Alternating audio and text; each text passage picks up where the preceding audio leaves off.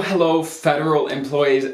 Thank you for being here today and welcome. My name is Dallen Haws and we are going to dig in to a very commonly requested topic that I definitely wanted to cover. It's just a matter of getting it presented in a great way to give you the information you need to get the most out of your federal benefits and your federal retirement. So today we're going to talk about if you leave the government early.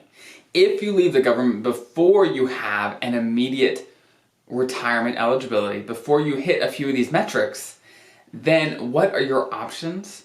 And many of you have heard of taking a lump sum of all your retirement contributions instead of leaving it in the system. And what are the pros and cons of that? Now, before I get super deep, let's go over some of the basics.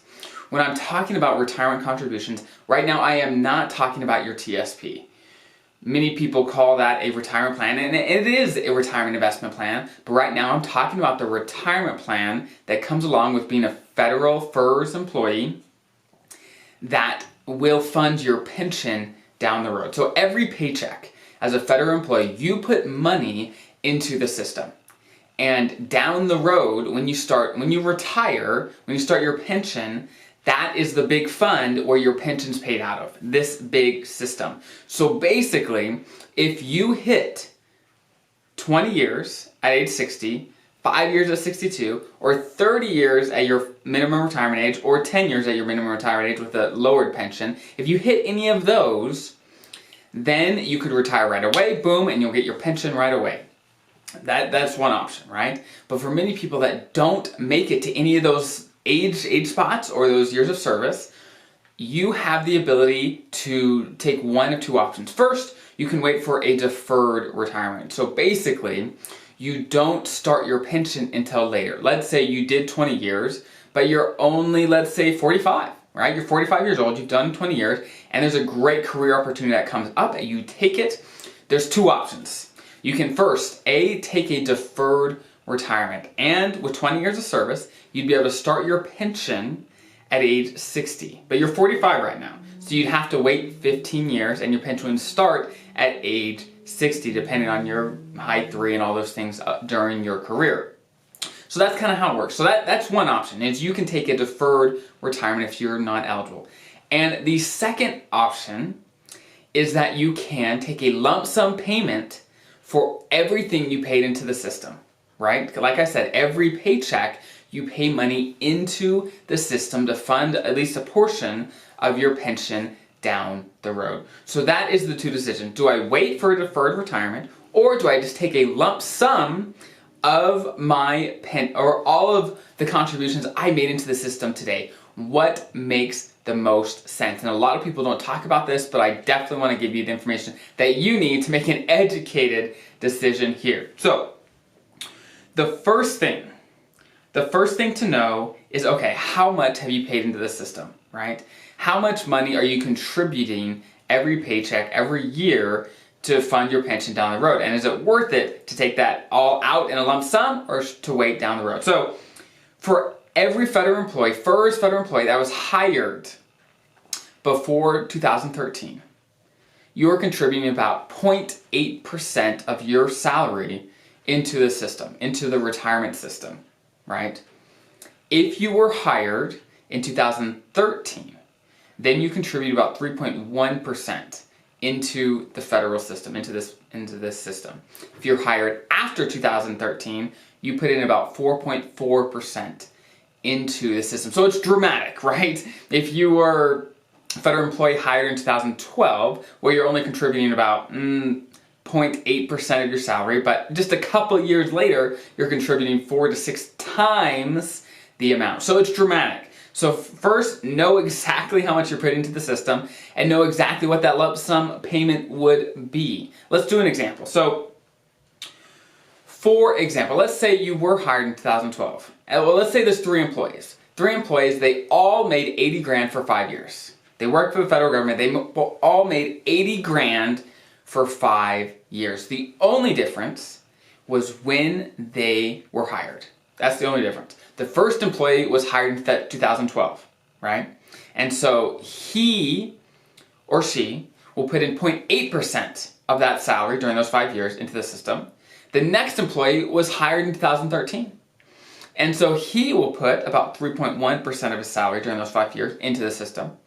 And then the person hired in 2014 is going to put about 4.4% into the system during that time. So if we run just the quick math, the person hired in 2012 is going to put a little over $3,000 into the system. About $3,000 into the system during the 5 years, right? The person hired in 2013 is going to put about $12,400 into the system, right? Dramatically more. And then the person hired in 2014 is definitely the most, and it's going to put about $17,400 into the system. So it's dramatic. It's dramatic. And like I said, the numbers are going to look different for you because you're paid differently and you will be hired at different stages. So do the research so you know, okay, how much approximately did I pay into the system, right? And then at that point, you could say, okay, if I did a deferred retirement today, let's say you left the government for another job. If you deferred your retirement until 60, 62, whatever it is for you, what is the amount that you would get as a pension, right? For example, for the federal employees I just talked about, let's say they had 5 years of service, they made 80 grand, and so their pension, if we just do the quick math of their pension, 80 grand times 5 years times 1% multiplier, well, it's about $4,000 a year, right? And so what they are trying to decide is, do I take the lump sum that I already paid into the system, right? The numbers I went over, or do I wait until age 62 and take $4,000 every year for the rest of my life? That is the choice they are trying to make. And there's one huge consideration that you definitely want to think about and that is how close you are until age 62, or the age until you can start your deferred retirement. If you're just a couple years away, then hey, it probably makes a ton of sense just to wait for the deferred retirement and you get that pension every month for the rest of your life. That's awesome. That's amazing. But let's say one of these federal employees was 25. They already had 5 years of service and they went and left for another job. Do they leave the $17,000 or the $10,000, whatever it is, do they leave that in the system for the next 35 years and then get paid $4,000 every year that hasn't grown over the last 35 years with inflation or anything like that? Does that make sense? Well, maybe. It depends what you value and what you think you can do with that money on your own. If you think you could invest the 10 grand yourself over that course of that time and make more than you would get than just keeping it in a deferred retirement, then it might make sense to do the lump sum. Honestly, if I had to guess, I'd say most of the time it makes sense for federal employees just to keep their contributions in the system and to take the deferred retirement. Most of the time, a guaranteed income in retirement is extremely hard to beat, right? Pensions are incredibly valuable and are incredibly hard to replicate.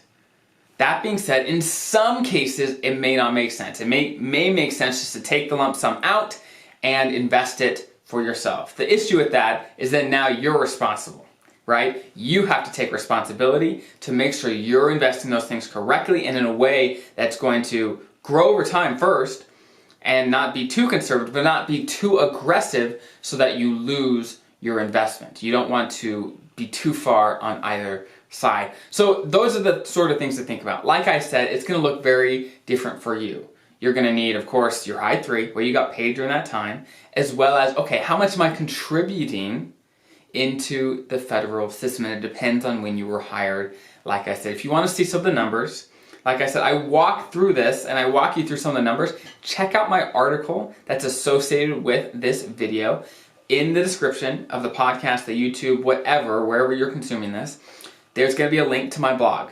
Check out the article that's associated with this so you can see the numbers in real life in print so that it's a little more visual, right? Many of you always request the visuals, and I definitely try to do that in my articles and so that you can see the numbers and some great examples of how this might work out for you. So I hope this was helpful, especially for those that are considering leaving the government before you hit the typical 20 years, 30 years, whatever it is, to get that immediate retirement for you. So I hope that was helpful. Have a great rest of your day, and I'll see you next time.